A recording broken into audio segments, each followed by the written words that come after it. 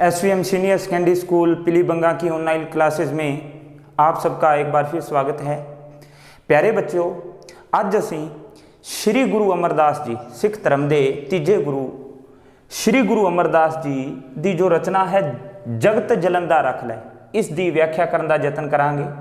सो सब तो पहला जो रचना दियाँ 4 सतरां हैं, ये सानू याद होनियां चाहिदियां हैं।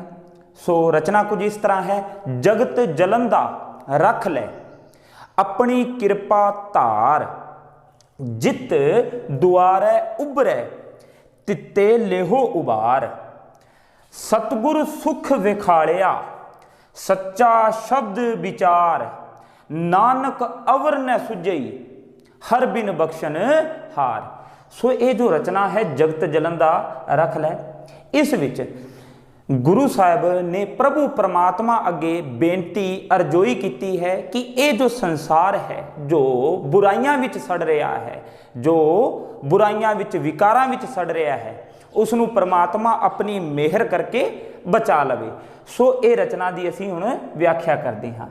सो जो पहली सत्र है दसिया गया है, जगत जलंदा रख ले अपनी कृपा धार। गुरु अमरदास जी गुरु साहब इस विच की फरमा रहे हैं, गुरु साहब ने परमात्मा अगे प्रभु अगे बेनती की है कि हे परमात्मा, हे प्रभु, तुसी अपनी मेहर करके, तुसी अपनी मेहर करके ये जो सारा संसार बुराइयां विच सड़ रहा है, विकारां विच सड़ रहा है, उसनू तुसी अपनी मेहर करके बचा लवो।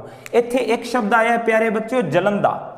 सो जो ये जलंदा शब्द है, जलंदा का भाव की लिया गया है, बुराइयां विच सड़ रहा है। जो बुराइयां की लिया गया है, बुराइयां विच सड़दा पिया है जो संसार,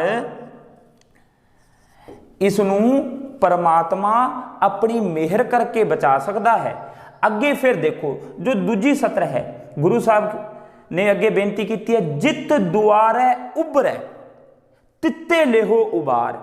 भी जित दुआरे जिस भी तरीके नाल, जित दा इत्थे अर्थ हो गया जित, जिस भी तरीके नाल, उभरे, उभरे दा इत्थे अर्थ एक होर लै सकदे हो तुसीं, उभरे भाव बच सके, उभरे दा अर्थ इत्थे है बच सके। भी जिस भी तरीके नाल ये संसार बच सके, हे परमात्मा तुसी उसे तरीके नाल ही इस संसार नू बचा लवो। तुसी अपनी कृपा नाल इस संसार नू विकारां तो, बुराइयां तो, बीमारियां तो बचा लवो। हुण देखो अगे तीजी सत्र है, सतगुर सुख विखालिया सच्चा शब्द विचार। सतगुरु सुख विखालिया सच्चा शब्द विचार कि सदा टिके रहन वाले प्रभु की सिफत सलाह वाली बाणी। देखो सच्चा शब्द विचार का इत्थे भाव जो आया है वो है बाणी तो, कि जिस मनुख ने सच्चे शब्द परमात्मा की जो बाणी है उसनू ध्याया है, उस ते विचार किया है, जिसने परमात्मा दी उस सदा टिके, सदा जो हमेशा टिकी रहिंदी है, वो बाणी नू जिसने सिमरिया है, सदा टिके रहने वाले परमात्मा दी बाणी ते जिसने विचार करया है, उस मनुख नू फिर सतगुरु की करता है, सतगुरु सुख विखालिया। उस मनुख नू फिर सतगुरु सुख विखा देंदा है। सुख दा इत्थे अर्थ है आत्मक सुख तो, आत्मक आनंद तो, कि उस मनुख नू फिर की है, सतगुरु आत्मक आनंद विखा देंदा है। किसनू? जिस मनुख, जो मनुख परमात्मा दी जो सच्ची बाणी है उस ते विचार करता है, उसनू गाउंदा है। सो उस मनुख नू फिर की हुंदा है, सतगुरु सुख विखा दिंदा है, भाव आत्मक आनंद की प्राप्ति उस फिर मनुख नू हो जाती है। ते फिर जिस मनुख नू आत्मक आनंद की प्राप्ति हो जाती है, उसनू फिर की समझ आ जाती है।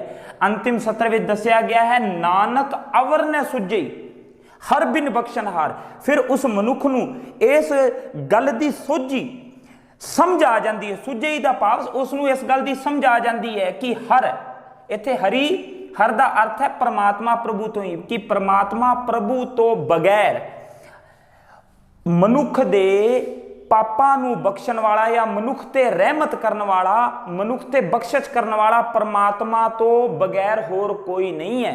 सो इत्थे एकता शब्द आया अवर, अवर दा अर्थ है कोई होर, कोई होर नहीं है, यानी कि परमात्मा तो बगैर जो साडे ते बख्शिश कर सके। सुझई दा अर्थ है इत्थे ਉਸ ਨੂੰ ਸਮਝ ਆ ਜਾਂਦੀ ਹੈ, ਮਨੁੱਖ ਨੂੰ ਸਮਝ ਆ ਜਾਂਦੀ ਹੈ। ਇਸੇ ਤਰ੍ਹਾਂ ਇੱਕ ਇੱਥੇ ਸ਼ਬਦ ਆਇਆ ਸੀ ਸੁਖ, ਸੁਖ ਦਾ ਇੱਥੇ ਅਰਥ ਲਿਆ ਗਿਆ ਹੈ ਆਤਮਕ ਆਨੰਦ ਤੋਂ, ਆਤਮਕ ਆਨੰਦ ਤੋਂ। ਸੋ ਇਹ ਪਿਆਰੇ ਬੱਚਿਓ ਜੋ ਰਚਨਾ ਹੈ ਇਹ ਅੱਜ ਦੇ ਜੋ ਸਮੇਂ ਤੇ ਵੀ ਬੜੀ ਢੁਕਵੀਂ ਹੈ। ਦੇਖੋ ਅੱਜ ਦਾ ਜੋ ਇਹ ਸਮਾਂ ਕਰੋਨਾ ਕਾਲ ਚੱਲ ਰਿਹਾ ਹੈ, ਇਸ ਕਾਲ ਵਿੱਚ ਵੀ ਇਹ ਪਰਮਾਤਮਾ ਅੱਗੇ ਸਾਡੀ ਵੀ ਇਹੀ ਬੇਨਤੀ ਹੈ ਕਿ ਇਹ ਜੋ ਸੰਸਾਰ ਬੁਰਾਈਆਂ ਵਿੱਚ, ਬਿਮਾਰੀਆਂ ਵਿੱਚ ਸੜ ਰਿਹਾ ਹੈ, ਉਹ ਪਰਮਾਤਮਾ ਆਪ ਸਾਡੀ ਰੱਖਿਆ ਕਰੇ, ਇਸ ਸੰਸਾਰ ਨੂੰ ਆਪਣੀ ਮਿਹਰ ਕਰਕੇ ਬਚਾ ਲਵੇ। ਸੋ ਇਸ ਰਚਨਾ ਨੂੰ ਇੱਕ ਵਾਰ ਅਸੀਂ ਫਿਰ ਪੜ੍ਹਦੇ ਹਾਂ। ਜੋ ਰਚਨਾ ਦੀਆਂ 4 ਪੰਕਤੀਆਂ, ਜਗਤ ਜਲੰਦਾ ਰੱਖ ਲੈ ਆਪਣੀ ਕਿਰਪਾ ਧਾਰ, ਜਿਤ ਦੁਆਰੇ ਉਭਰੇ ਤਿੱਤੇ ਲਿਹੋ ਉਭਾਰ, ਸਤਿਗੁਰੂ ਸੁਖ ਵਿਖਾਲਿਆ ਸੱਚਾ ਸ਼ਬਦ ਵਿਚਾਰ, ਨਾਨਕ ਅਵਰ ਨ ਸੁਝਈ ਹਰ ਬਿਨ ਬਖਸ਼ਨ ਹਾਰ। ਭਾਵ ਕੀ ਹੋਇਆ ਕਿ हे परमात्मा ਤੁਸੀਂ ਆਪਣੀ ਮਿਹਰ ਕਰਕੇ ਜੋ ਸਾਰਾ ਸੰਸਾਰ ਬੁਰਾਈਆਂ ਵਿੱਚ ਜਲ ਰਿਹਾ ਹੈ ਉਸ ਨੂੰ ਬਚਾ ਲਵੋ, ਜਿਤ ਦੁਆਰੇ ਉਪਜੇ, ਜਿਸ ਵੀ ਤਰੀਕੇ ਨਾਲ ਇਸ ਸੰਸਾਰ ਨੂੰ ਬਚਾਇਆ ਜਾ ਸਕਦਾ ਹੈ, ਤਿੱਤੇ ਲਿਹੋ ਉਬਾਰ, ਉਸੇ ਤਰੀਕੇ ਨਾਲ ਇਸ ਸੰਸਾਰ ਨੂੰ ਤੁਸੀਂ ਬਚਾ ਲਵੋ। ਸਤਿਗੁਰੂ ਸੁਖ ਵਿਖਾਲਿਆ ਸੱਚਾ ਸ਼ਬਦ ਵਿਚਾਰ, ਜਿਸ ਮਨੁੱਖ ਨੇ ਸਦਾ ਟਿਕੇ ਰਹਿਣ ਵਾਲੇ परमात्मा ਦੀ ਸੱਚੀ ਬਾਣੀ ਨੂੰ ਮਨ ਵਿੱਚ ਵਸਾ ਲਿਆ ਹੈ, ਉਸ ਤੇ ਵਿਚਾਰ ਕੀਤੀ ਹੈ, ਉਸ ਬਾਣੀ ਨੂੰ ਗਾਇਆ ਹੈ, ਉਸ ਮਨੁੱਖ ਨੂੰ ਫਿਰ ਕੀ ਹੈ ਆਤਮਿਕ ਆਨੰਦ ਦੀ ਪ੍ਰਾਪਤੀ ਹੋ ਜਾਂਦੀ ਹੈ। ਸਤਿਗੁਰੂ ਉਸ ਨੂੰ ਆਤਮਿਕ ਆਨੰਦ ਵਿਖਾ ਦਿੰਦਾ ਹੈ ਤੇ ਫਿਰ ਉਸ ਮਨੁੱਖ ਨੂੰ ਇਸ ਗੱਲ ਦੀ ਕੀ ਆ ਜਾਂਦੀ ਹੈ, ਸਮਝ ਆ ਜਾਂਦੀ ਹੈ ਕਿ ਨਾਨਕ ਅਵਰ ਨ ਸੁਝਈ ਹਰ ਬਿਨ ਬਖਸ਼ਣਹਾਰ, ਉਸ ਪਰਮਾਤਮਾ ਤੋਂ ਬਗੈਰ ਸਾਡੇ ਤੇ ਰਹਿਮਤ ਕਰਨ ਵਾਲਾ, ਸਾਡੇ ਤੇ ਬਖਸ਼ਿਸ਼ ਕਰਨ ਵਾਲਾ ਹੋਰ ਕੋਈ ਨਹੀਂ ਹੈ। ਸੋ ਪਿਆਰੇ ਬੱਚਿਓ ਇਹ ਰਚਨਾ ਇੱਥੋਂ ਤੱਕ ਤੁਸੀਂ ਯਾਦ ਕਰੋ। ਸੋ ਧੰਨਵਾਦ।